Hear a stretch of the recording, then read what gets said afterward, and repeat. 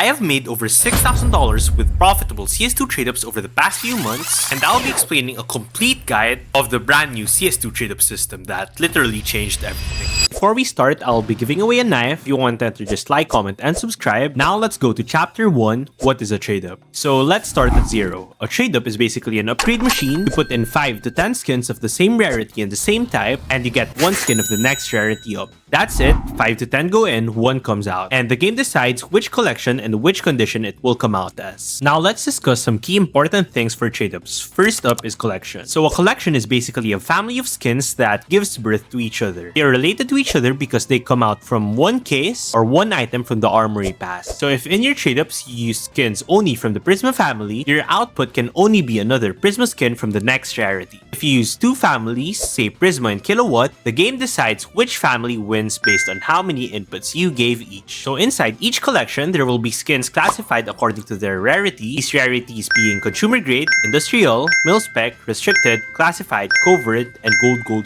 So again, using our example earlier, if you use 10 mil-spec skins from the Prisma 1 collection, you will get 1 restricted skin from the Prisma 1 collection. So each family has its own market prices and float windows, and the goal is to feed the machine mostly skins from a family where the next tier has valuable outcomes. So the next important thing to know is skin types. The first skin type is normal or non-stat track. These are basically skins without stat track. And the second one are, of course, stat track. So these will be the same skins but with kill counters on orange frame. So one thing to note is that you can't mix normal and stat track skins. You can only stick with one. Lastly, souvenir, you can't trade them up at all. Now moving on to the new odd rules. Forget everything you knew before. So each input is worth 10% chance, period. The game adds them by collection to get your collection odds. Then it splits that chunk equally among the collection's possible next tier skins. No more outcomes equals lower chance. That doesn't exist anymore. An example of this is if you use 5 mil-spec Prisma 1 skins, Dust 2 skins has only 1 outcome while the Prisma 1 skins has 5 outcomes. Since we have 5 Dust 2 skins, we have a 50% chance to get the Dust 2 skin. That's why we get a 50% chance to get the P2K Amber Fade. But even if you have 5 inputs from the Prisma 1 skin, since the Prisma 1 skin has 5 possible outcomes, it divides this into 5, so we have a 10% chance to get each Prisma 1 skin. Now, I know I've been saying that you need to put in 10 skins, but for some reason, for covert to gold trade-ups, you only need 5 inputs, so keep that in mind. Now, for the next chapter, we will be going on with floats, and for the TLDR, floats basically decide how clean your skins look. It's a decimal between 0 and 1. If the float is lower, the skin will be cleaner, thus it will be more expensive.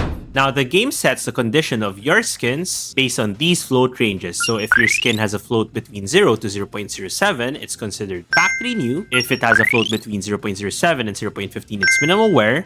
If it's 0.15 to 0.38, it's field tested. If it's 0.38 to 0.45, it's well worn. And if it's 0.45 to 1.0, it's considered battle scarred. So for most skins, factory new skins will be more expensive than the minimal wear, and minimal wear will be more expensive than the field tested, and so on and so forth. Of course, this is not true for all trade-offs, but do keep that in mind. Next thing you need to know is float caps. Not all skins can have a float of anywhere from 0 to 1.0. Every skin has its own float range, having a minimum possible float and the maximum possible float. One example of this is that the MP7 Mischief has a float cap of 0.1 to 1.0, while the P250 Verdigris has a float cap of 0 to 0.7. This means that a 0.10 float on an MP7 Mischief is actually its cleanest possible form, while a 0.10 on the Verdigris is already somewhat dirty. Now, under the new trade-up rules, the game no longer averages raw floats, first adjusts each float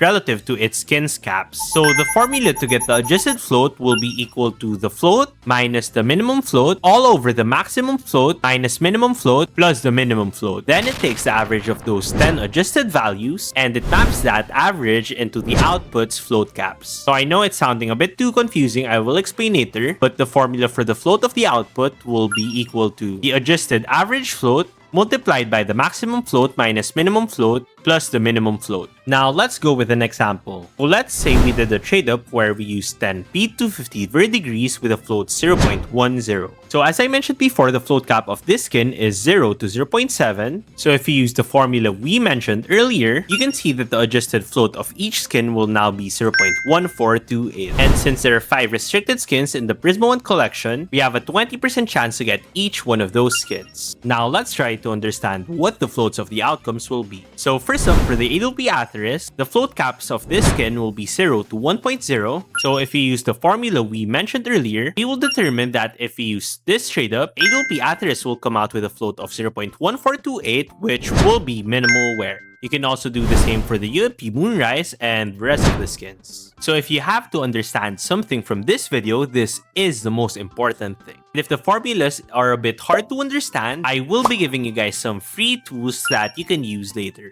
Okay, so for a quick review of everything we've learned so far, if you put in 10 purple Horizon skins, you will be getting 1 pink skin from the Horizon case. So there are 3 pink skins from the Horizon case, so you have a 33% chance to get each skin. But now, what if you use 6 purple Horizon skins and 4 purple Gamma 2 skins? So this will result in us having a 60% chance to get the Horizon skin and a 40% chance to get the Gamma 2 skin. Now, since there are 3 Horizon pink skins, you have a 60 divided by 3 equals 20% chance to get each pink skin. While for the Gamma 2 skins, there are also 3 pink skins, so that will give us a 40 divided by 3, which is a 13% chance to get each Gamma 2 skin. Now, if you go back to this trade up over here, we used the Nova Toy Soldier with a float of 0.05. And this will result to us potentially getting an M41 Nightmare with a float of 0.05. But what if we used another purple skin from the Horizon kit? As an example, if we instead use the GS3G1 High Seas, again with the same average float, we can see that the M41 Nightmare now comes out in minimal wear.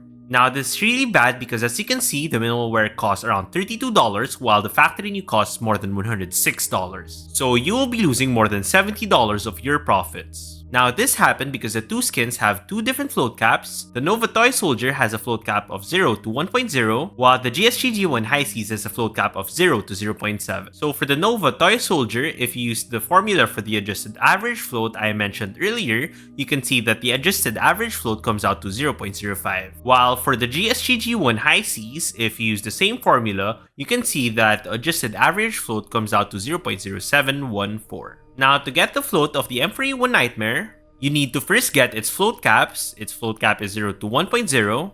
Then just use the formula for the outcome float I mentioned earlier. So if the adjusted average float is 0.05, the M41 Nightmare will come out as a float 0.05, which is less than 0.07, so it will come out in factory new. While if the adjusted average float is 0.0714, the M41 Nightmare will come out with a float of 0.0714. And since it is above 0.07, it will come out in minimal wear. By the way, to see the float caps of your skin, just go to csgostash.com and search up your skin. Now, before we move on to filler skins, let's hear a quick word from the sponsor of this video. Are you looking for low float skins for your trade-ups? Well, I just found this low float skin for the Sprint Stream trade-up easily on SkinsMonkey. So SkinsMonkey is a site where you can trade your skins safely and easily to get those nasty CS2 skins. And for you guys, SkinsMonkey and I are giving out a free $5 on your first trade if you put in my code ELS. They're also giving away a bunch of free skins, and using my code, you can get a 35% bonus on your deposits. So make sure to check them out, link is in the description. Alright, let's now talk about one of the most powerful tricks in trade-ups, filler skins. If you've ever seen people do consistent, profitable trade-ups, this is exactly what they're doing behind the scenes. Let's take a concrete example so it's easy to understand. Right here, we have the Adolpy Atheris trade-up from the Prisma 1 collection. If you look at the market right now, the factory new Adolpy Atheris sells at around $25, while the minimal wear sells only for about $9. That's almost 3 times the price difference. So obviously, we want to make sure that we hit the Adolpy Atheris in the factory new condition and not minimal wear. Now, to get an Atheris in factory new, the adjusted average float of our inputs needs to be below 0.07.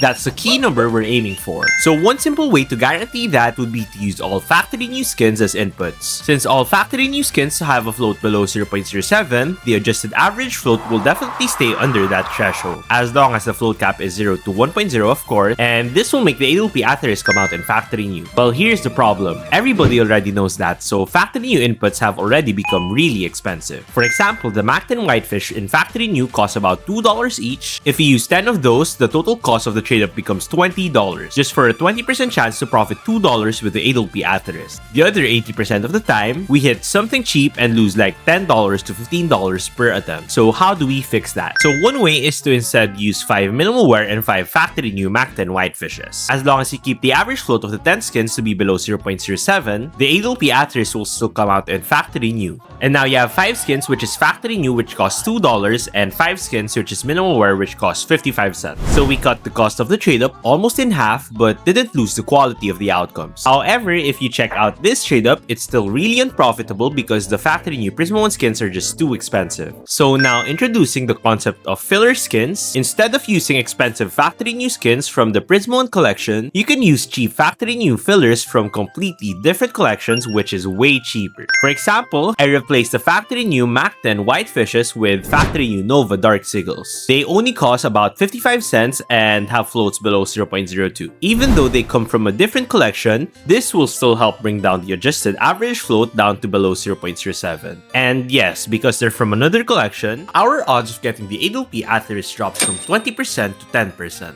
But overall, the profitability actually increases. Why? Because even though we hit the 8LP Atheryst less often, our trade-up cost went down so much that our expected profit per attempt went up. Instead of risking $20 per try, we're now only risking about $5.50. And each hit can still give us a $15 to $20 profit. And if you spam this over time, you'll end up making more money statistically, even with a lower chance. So that's the whole concept behind Factory New filler skins. They make your trade-up cheaper and cleaner at the same time. You sacrifice a little bit of hit rate, but you gain consistency and way better profit margins. And when you understand how to balance that between float control and collection odds, that's when you move from hoping to get lucky to printing money with trade-ups. Okay, let's now actually try to do one trade-up. So let's do this Mil-Spec Radiant trade-up that I showed in my previous video. So if you want to know more details about this trade-up, just check out that video after finishing this video. But basically, we will be using 6 minimal wear Radiant skins and 4 Factory New filler skins. And the adjusted average float of the 10 skins needs to be less than 0.0933. For the outcomes, you have a 60% chance to get a purple Radiant skin, which will be $10 to $24 of profit. Then we'll have a 40% chance to lose around $13 to $14. So to do this trade up, you first have to get the inputs that you need. I already explained it well in my previous video, so I'll skip through that. Then just go to TradeUp Spy. I will link it down below. Make sure you click that so you don't get scammed. And also make sure to sign in through Steam. Next up, go to their calculator, then click this Open CS2 Inventory button. So if it's your first time here, make sure you download the Chrome extension. And once you downloaded it, click the Chrome extension and click Refresh Inventory.